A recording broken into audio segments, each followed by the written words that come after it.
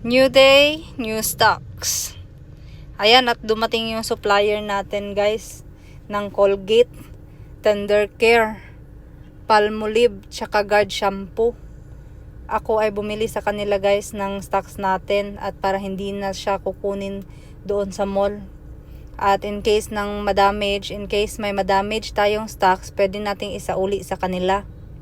Ayan, isa pa guys na kumukuha ako sa panel is para iwas bigat sa kinukuha natin sa grocery ng mall. Ayan, kasi yung purchaser natin guys, babae. Siya lang kasi yung maaasahan natin na mabilis na kumukuha ng stock sa mall. At mabilis magpili, mabilis makadecide. Ayan, kung sa amin pa guys, abtik masyado. Ayan, shout out kay Ate Baliling sa aming purchaser sa lahat ng tindahan. Ako yung tagagawa ng lista guys. Siya yung tagabili. Kaya inaayos ko talaga yung paglista guys, yung ml niya, yung grams niya. Kasi pagdating doon guys, hindi lang kasi sa isang pangalan, hindi lang siya iisang items, kundi may sizes kasi yan siya. Meron 20 grams, 50 grams, 100 grams, tapos iisa lang pangalan. So dapat pag naglista ka, ayan, dapat nakalagay talaga yung chippy 100 grams. Kasi pag sabihin mo lang chippy, yung kukunin niya, magtatanong pa yan siya kung ano yung kukunin ko, chippy na maliit o chippy na malaki. So dapat yung paglista mo dyan guys is ilalagay mo talaga yung grams or ml ng isang item para mabilis at iwas hassle sa ating purchaser guys. Ayan. At ako'y nagsi-sales stock. Ako pa yata yung nagsi-sales stock sa kanila para makahingi ako ng libre. Libreng konsumo sa bahay namin. Bagong stocks, bagong bayarin na naman. Pero okay lang para sa tindahan. Thank you. Madam.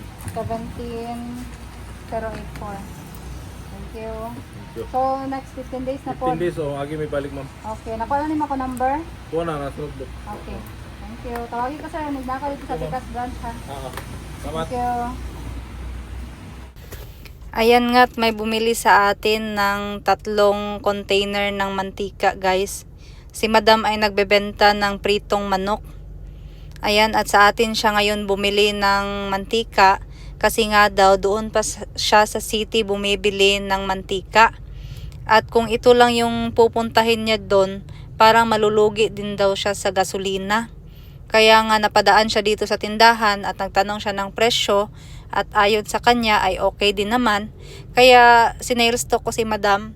Sabi ko sa kanya, madam, baka gusto mong i-COD natin yan sa store mo para anytime na maubusan ka or anytime na wala ka, hindi ka available para bumili ng mantika nyo, pwede naman kaming mag-deliver sa inyo.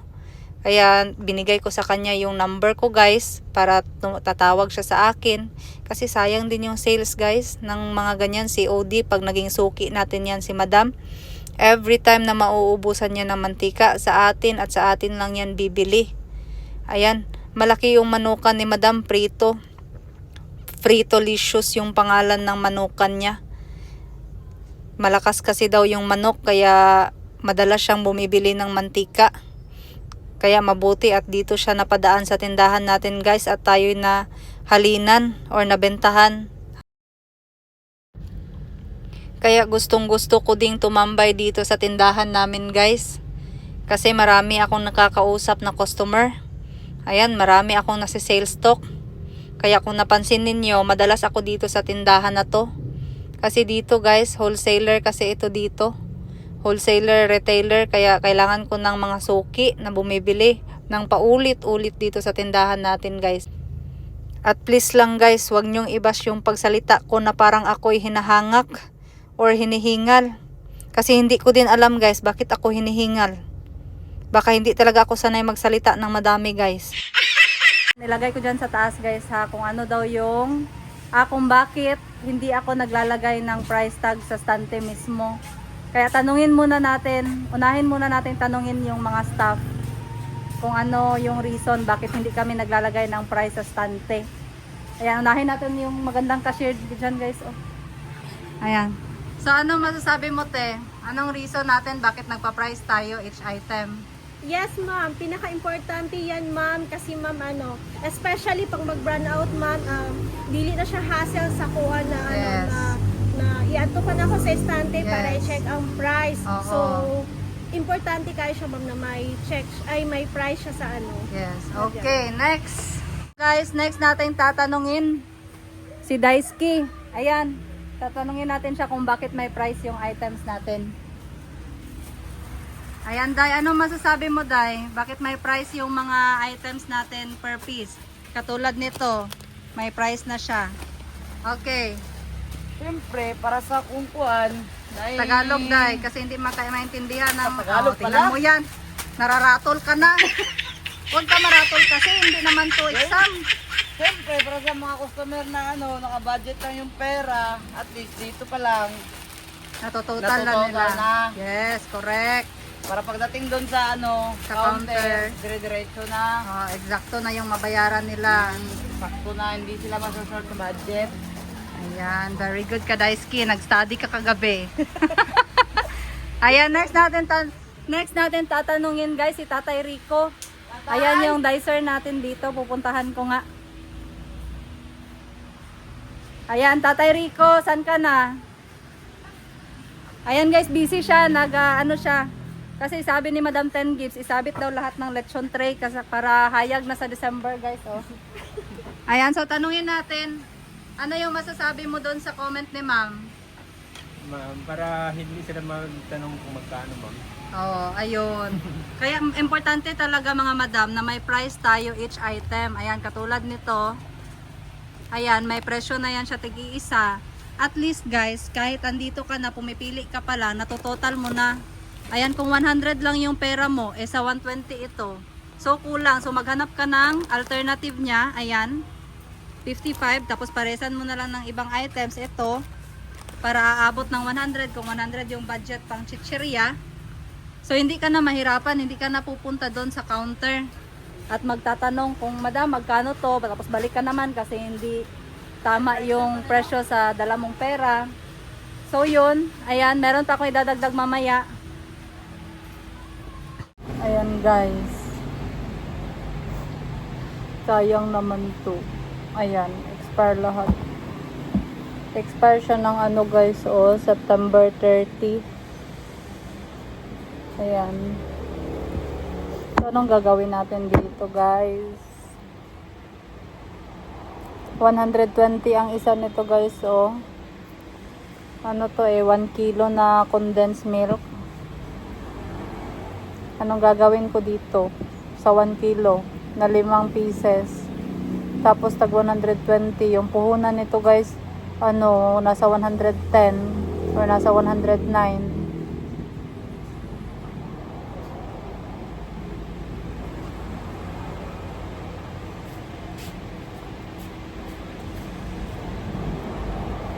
Daisuke, anong gawin dito, Daisuke? Anong gawin natin dito? I-try natin ito, guys, isauli sa panel. Pero ang problema kasi, guys, hindi ko to binili sa panel. Binili ko to sa market. Kasi nga, nung time na nirestock ko to, or in-stock ko to, is hindi pa dumadaan dito nung time na yon yung panel. So, ngayon may panel na ako. Pero i-try natin, guys, kung mahangyo natin. Sige. Kasi sayang talaga, guys. So, tigwa 1 kilo. Tingnan nyo, kasing laki na ng mukha ko. Tapos itapon lang natin. Sayang. Kahit ihalo ko to sa kape ko, guys, siguro magbuglat na lang yung mata ko kakakape. Hindi ko pa to maubos. Kaya i-comment nyo below, guys, kung pwede pa ba to. Kasi September 30 yung expiration date nito So ano na ngayon? September 29.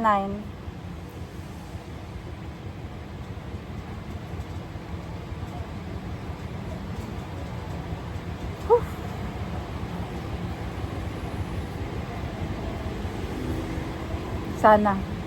Sana makuha ng panel, guys. Tulungan nyo ako kasi kung hindi to masauli sa panel, guys, kawawa yung staff ko. Ayan. Paghahatian namin to, kasali ako. Kasi kasali naman ako sa nagtatrabaho dito.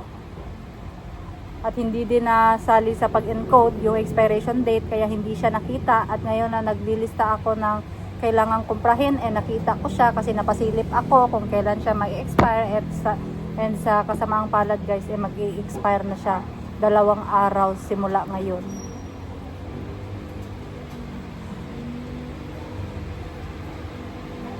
Anong gagawin natin dito? Mag-a-ice candy tayo?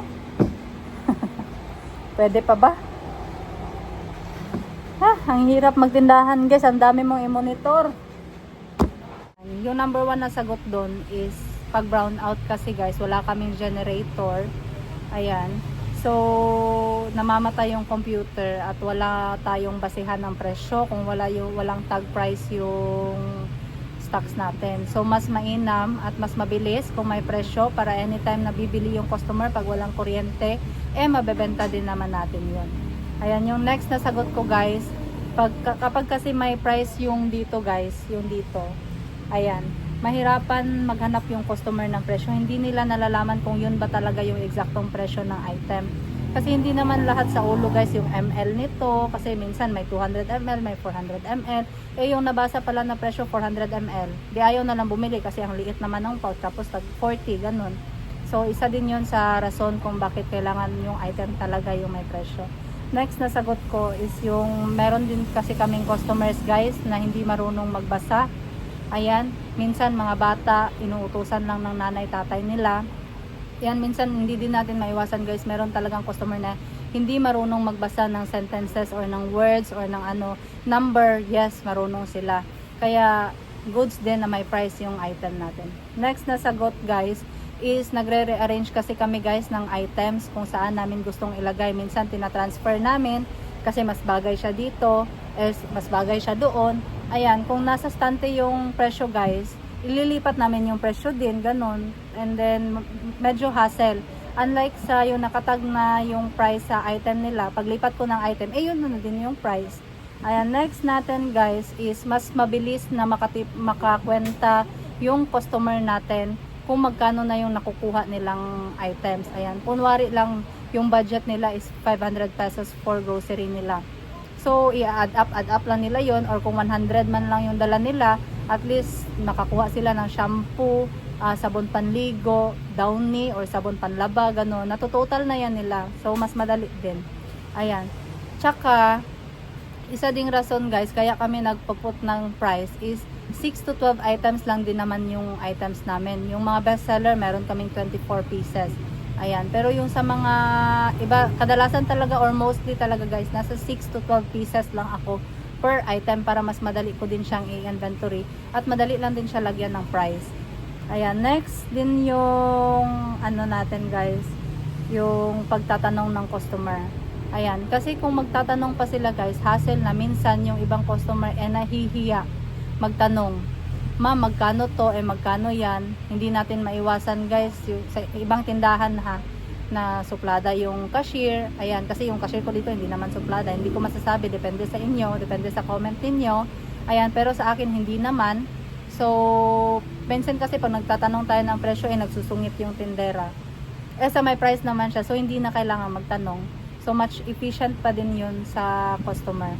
Ayan, so yun lang guys. Thank you sa pagtatanong mo Ma'am Carla. May na-content ako ngayon. Ayan, so hindi na ako mag-iisip ng i-content ko today at na-save mo ako. Sana guys, nakakuha kayo ng idea kung bakit ganyan yung ginagawa namin sa tindahan, sa lahat ng tindahan. Ayan, at kung sa may nagtanong guys, bakit dito ako araw-araw, ito yung unang nadadaanan ko galing sa bahay namin. Ayan, so yun, okay na. Sana nasagot, at sa may mga gusto pang malaman, sana i-comment nyo para may content na naman ako bukas. Bye! I-clear ko lang guys, hindi siya tanong, kundi isang suggestion from Ma'am Carla. Ayan, natuwa naman ako sa suggestion mo ma'am, at na-explain ko kung bakit kami nagtatag price each item. Thank you po! Ayan guys, tingnan natin yung ginawa ni Tatay Rico dito. Ang ganda. Madali na yan mabenta guys ha. Kitang-kita na yan sa highway. Klarong-klaro yung simod ng lechon baboy. Galing talaga. Galing mag-dicer, huwag nyo piraten to ha. Wala na mag-ayos dito sa display ko. Kahit mainit oh. At dumating na nga yung ating purchaser guys. Yung sinasabi ko sa inyo na pang malakasan naming purchaser. Naka 5G yung galaw. Ayan. Konti lang yung stocks na dumating guys. Kasi pinabili ko na lang muna yung mga out of stocks ko. Para kung maghanap yung customer, meron tayong stocks kahit konti. At yan lang muna guys for today's video. Kung nagustuhan ninyo yung content ko guys, please like and subscribe to my channel para ma-update kayo sa mga bago kong videos. At sana ay manatutunan kayo. Bye!